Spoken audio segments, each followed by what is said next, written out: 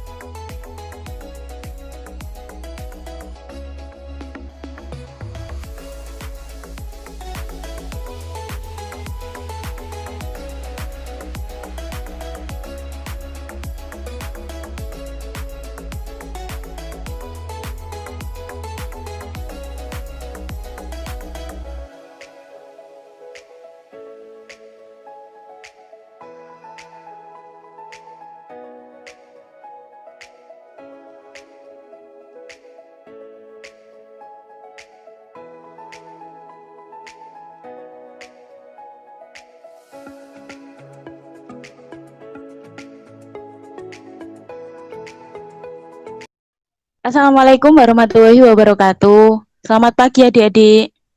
Waalaikumsalam warahmatullahi wabarakatuh. Waalaikumsalam Selamat pagi, warahmatullahi Bu. wabarakatuh. Selamat pagi, Bagaimana Bu. kabarnya adik-adik hari ini? Alhamdulillah baik, Bu. Alhamdulillah sehat, Alhamdulillah Bu. baik Ibu. Ibu sendiri Eh, bagaimana? Alhamdulillah Ibu juga sehat. Oh iya adik-adik, Ibu mohon maaf jika Ibu tidak menyalakan kameranya karena jaringan di rumah Ibu kurang stabil. Nah, jadi Ibu mematikan kameranya ini agar kegiatan pembelajaran kita berjalan dengan stabil. Jika di jaringan di rumah kalian juga kurang stabil, kalian bisa mematikan kameranya ya. Pada pertemuan kali ini kita akan belajar tentang materi evolusi ya. Sebelumnya Ibu akan menampilkan PowerPoint terkait materi tersebut. Nah, kali ini kita akan belajar terkait materi evolusi ya. Ini adalah tujuan pembelajaran yang harus kita capai pada pertemuan kali ini. Ibu juga sudah mengunggah tujuan pembelajaran pada kelas Google Classroom ya. Nah, coba kalian amati animasi berikut ini. Menurut kalian, apa yang ada di pikiran kalian setelah melihat animasi tersebut? Siapa yang mau berpendapat? Tolong sebutkan namanya ya. Izin berpendapat, Bu. Iya. Nama saya Rindria.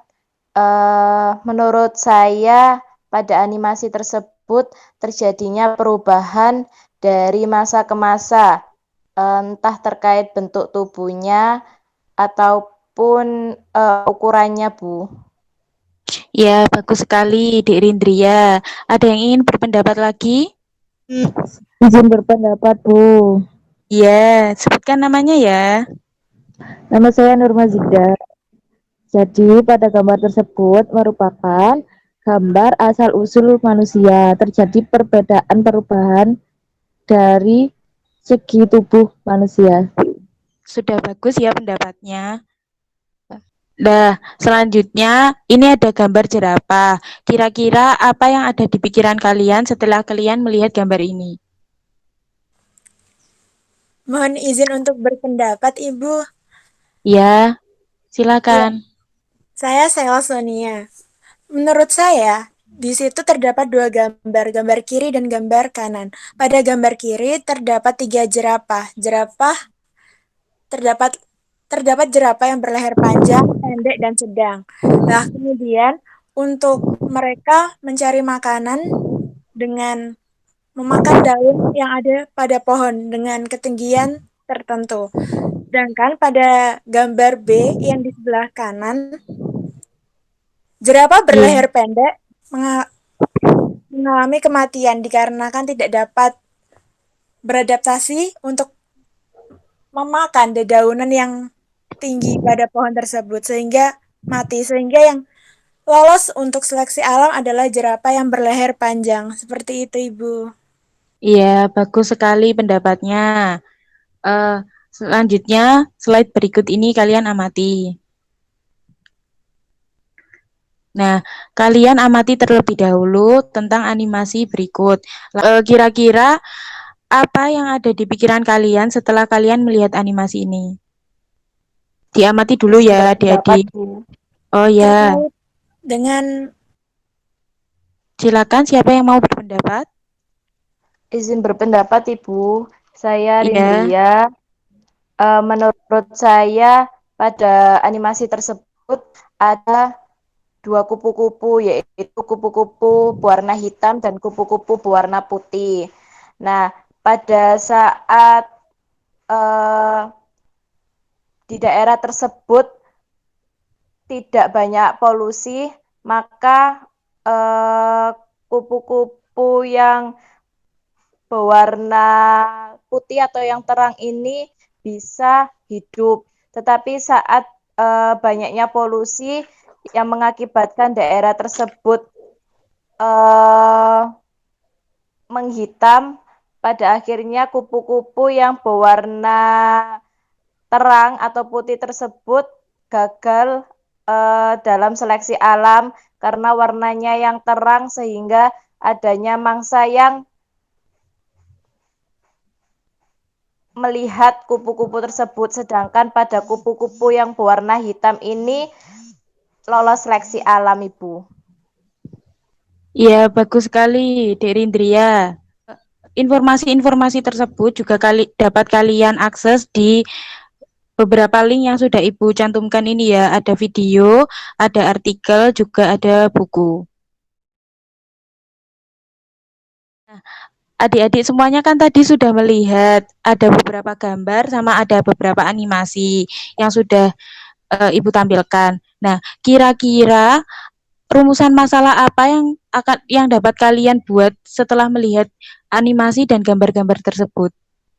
Siapa yang mau berpendapat? Izin menjawab, Bu.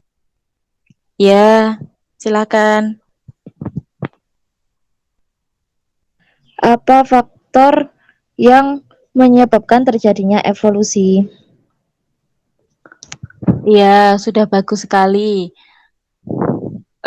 Jadi setelah kita melihat beberapa gambar sama animasi tersebut, kita juga dapat membuat rumusan masalah, yaitu faktor-faktor apa saja yang dapat mempengaruhi terjadinya evolusi, khususnya pada seleksi alam ya. Setelah merumuskan masalah tadi, adakah yang ingin mengajukan hipotesis? Siapa yang ingin berpendapat? Saya, Bu. Ya, silakan. Jadi hipotesis yang bisa dibuat yaitu adanya pengaruh faktor alam seperti contohnya adalah adanya mutasi, kemudian adanya seleksi alam, kemudian adanya faktor-faktor lingkungan lain seperti suhu dan lain sebagainya. Seperti itu, Bu. Iya, sudah bagus. Sampai di sini ada yang ingin ditanyakan?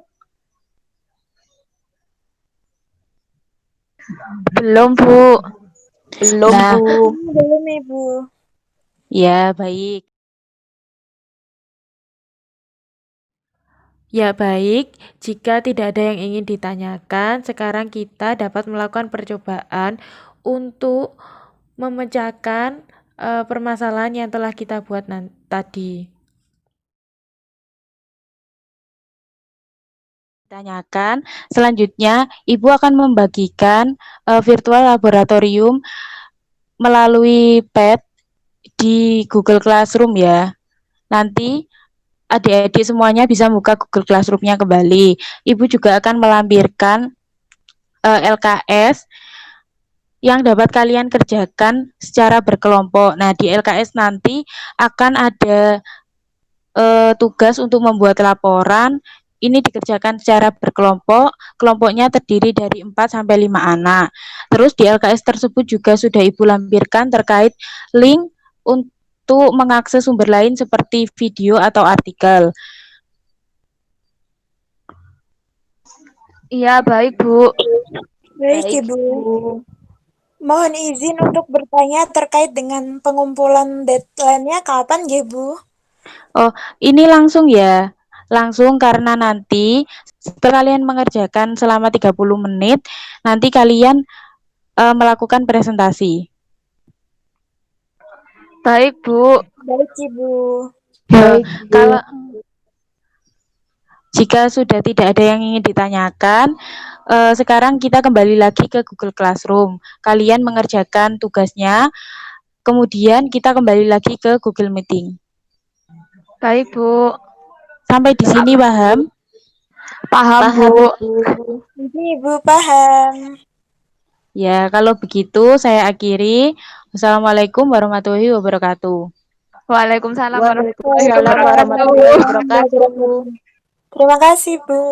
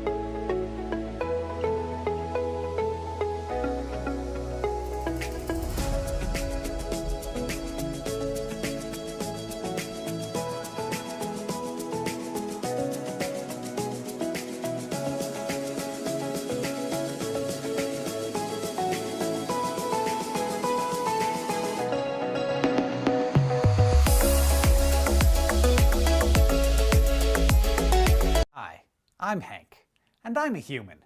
But let's pretend for a moment that I'm a moth, and not just any moth, a peppered moth. Now let's pretend that I'm living in London in the early 1800s, right as the Industrial Revolution is starting. Life is swell. My light-colored body lets me blend in with the light-colored lichens and tree bark, which means that birds have a hard time seeing me, and which means that I get to live. But it's starting to get noticeably darker around here. To the soot-covered everything, I've got problems.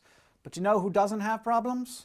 My brother. He looks like this. Yeah, he has a different form of the gene that affects pigmentation. Moths like him represent about 2% of all the peppered moths at the start of the Industrial Revolution, but by 1895, it'll be 95%. Why?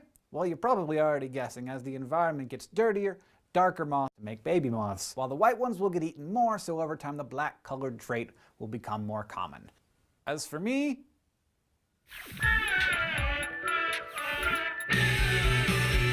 by which certain inherited traits make it easier for some individuals to thrive and multiply, changing the genetic makeup of populations over time. For this revelation, which remains one of the most important revelations in biology, we have to thank Charles Darwin, who first identified this process in his revolutionary 1859 book on the origin of species by natural selection. Now, lots of factors play a role in how species change over time, including mutation, migration, random changes in how frequently some alleles show up, a process known as genetic drift. But natural selection is the most powerful and most important cause of evolutionary change, which is why today we're going to talk about the principles behind it and the different ways in which it works. Darwin came to understand the process of natural selection because he spent his adult life, even most of his childhood, obsessed with observing nature. He studied barnacles, earthworms, birds, rocks, tortoises, fossils, fish, insects, and to some extent even his own family, and I'll get back to that in a bit. But it was during Darwin's famous kinds of organisms, and he kept amazing the ways in which organisms seem to be ideally shaped to enhance their survival. The beaks were sharp to puncture the fruit skin. These superior inherited traits led Darwin to another idea. The finch is central to Darwin's idea of natural selection. And remember, metabolisms, reflexes, they're called phenotypes. The second is that many of these variations are heritable and can be passed on to offspring. If a trait happens to be favorable, it does future generations no good if it can't be passed on. Third, and this one tends to get glossed over, plague and famine and wars, and then only some of us survive and continue to reproduce. If you missed the SciShow infusion that we did on human overpopulation today, affect individuals' fitness can lead to variations in their survival and reproductive rates. It's just another way of saying that those with favorable traits are more likely to come out on top and will be more successful with their baby making. So in order to wrap all these principles together, in order for moth, it survived because there was a variation within the species, the dark coloration, which was heritable and in turn allowed every moth that inherited that trait to better survive the hungry birds of London. But notice how this works. A single variation in a single is the genetic composition of entire populations. And that occurs through interactions between individuals and their environment. Requesting that a question be added to England's census because he was married to Emma Darwin's grandfather. In fact, much of Darwin were also Wedgwoods, and their origin then Darwinian. And this 10 children, 3 of whom died in childhood or coloration, but it's important to understand that it's not just an organism's physical form or its phenotype that's changing, but its essential genetic form or its genotype. The heritable variations we've been talking about are a function of the alleles that means that the alleles that mark their variation selection, which is when a favored trait is at one extreme end of the range of traits, like from short to tall, when a single phenotype is favored. So our peppered moth is an example of a population's trait distribution shifting toward one extreme. Almost all whitish moths to the other extreme, almost all blackish. Another awesome example is giraffes' necks. They've gotten really long over time because there was selection pressure against short necks, which couldn't reach all of those delicious leaves. But there's also stabilizing selection, which selects against extreme phenotypes and instead favors the majority that are well adapted to an environment. An example that's often used is a human's birth weight. Very small babies have a harder time defending themselves from infections and staying warm, but very large babies are too large to deliver naturally. Because of this, the survival rate for babies has historically been higher for those in middle weight range, both ends of the spectrum.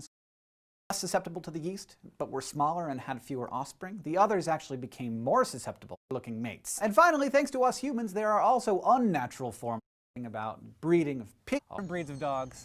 Oh, where are you going? No. Selection makes populations so different that they can't even view what we've gone over today. Ask us questions down in the comments below or on Facebook or Twitter. We'll see you next time.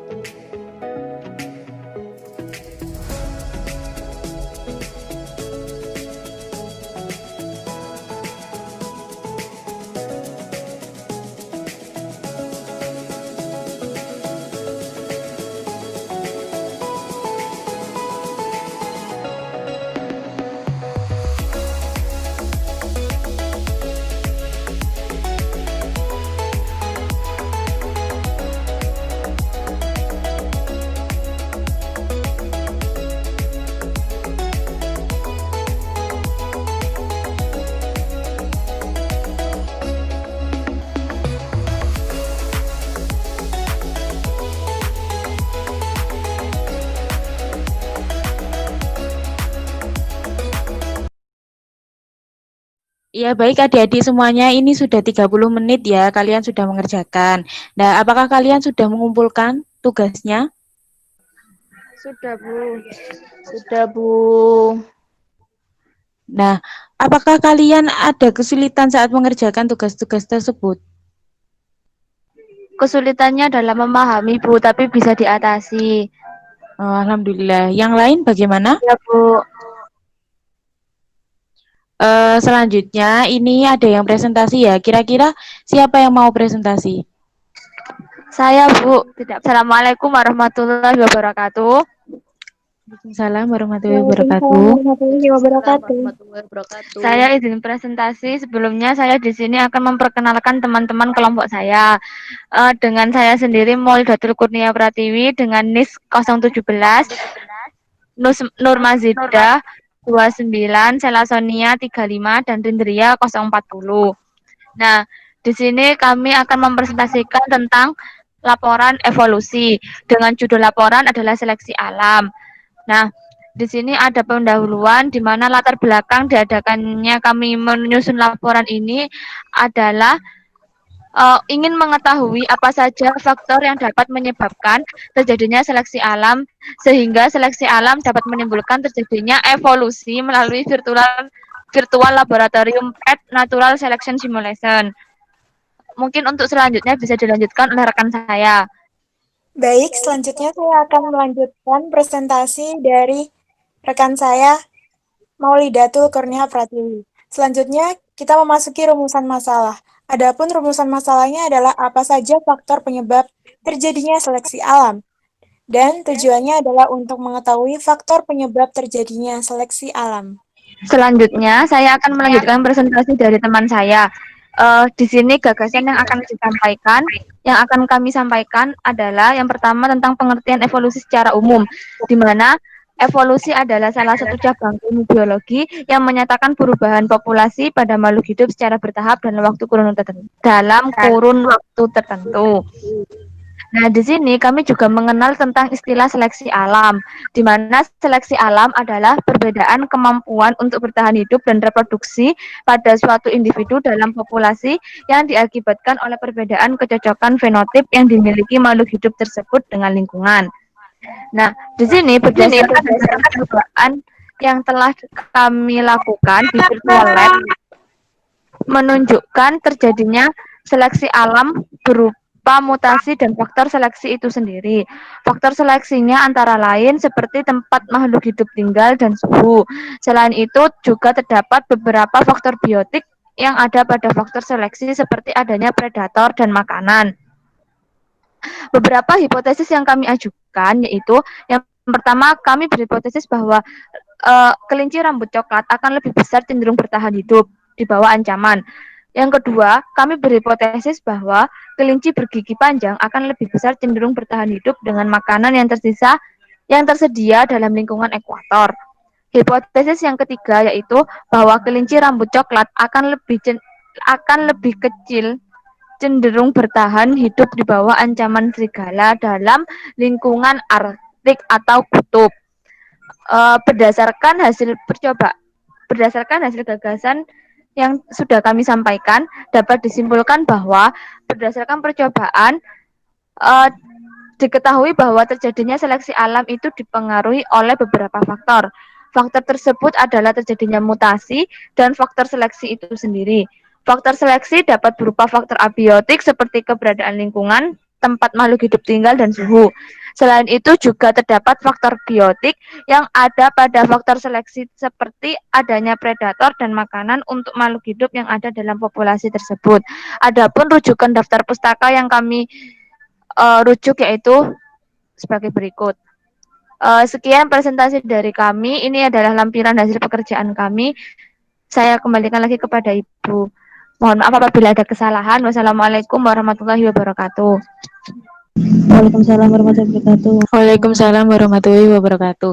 Ya, baik tadi Maulidatul sudah mempresentasikan ya hasil pekerjaannya dengan teman-teman kelompok. Menurut Ibu sudah bagus, sudah baik sekali.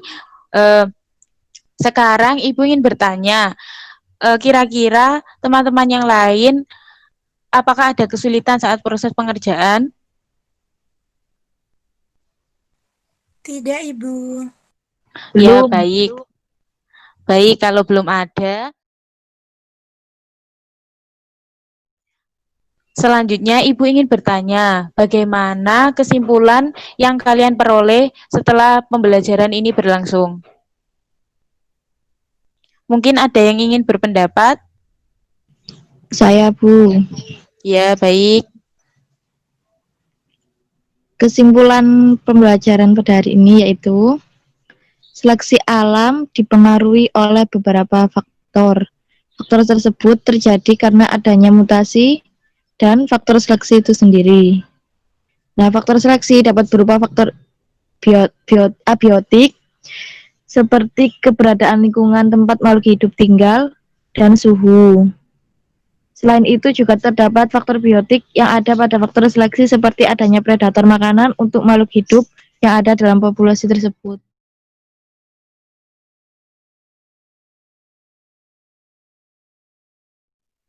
Ya, kesimpulan dari pembelajaran hari ini sudah bagus. Oh ya, Ibu ingin mengingatkan bahwa pertemuan selanjutnya akan Ibu adakan ulangan terkait materi yang telah kalian pelajari pada pertemuan kali ini. Apakah ada yang ingin ditanyakan? Baik, jika tidak ada yang ingin ditanyakan, Ibu akhiri kegiatan pembelajaran kali ini. Semoga kalian sehat selalu, jaga jarak, tetap patuhi protokol kesehatan. Ibu akhiri, wassalamualaikum warahmatullahi wabarakatuh. Waalaikumsalam warahmatullahi Waalaikumsalam warahmatullahi wabarakatuh. Terima kasih Bu Terima kasih. untuk Terima pembelajaran kasih, Bu hari Siti. ini. Waalaikumsalam. Terima kasih, Bu. Ibu izin live dulu ya. Baik, Bu. Bu.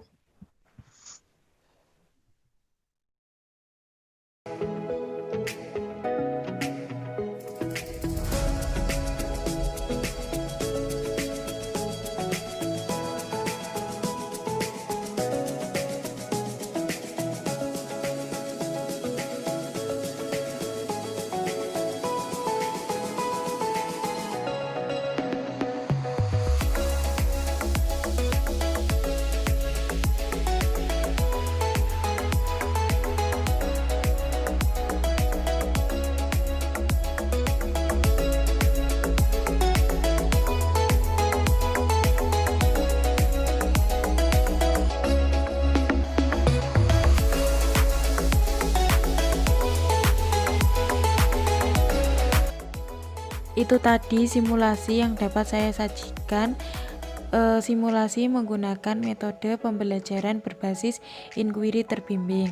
Saya mohon maaf apabila ada kesalahan dalam penulisan kata dan pengucapan kalimat. Saya akhiri. Terima kasih. Wassalamualaikum warahmatullahi wabarakatuh.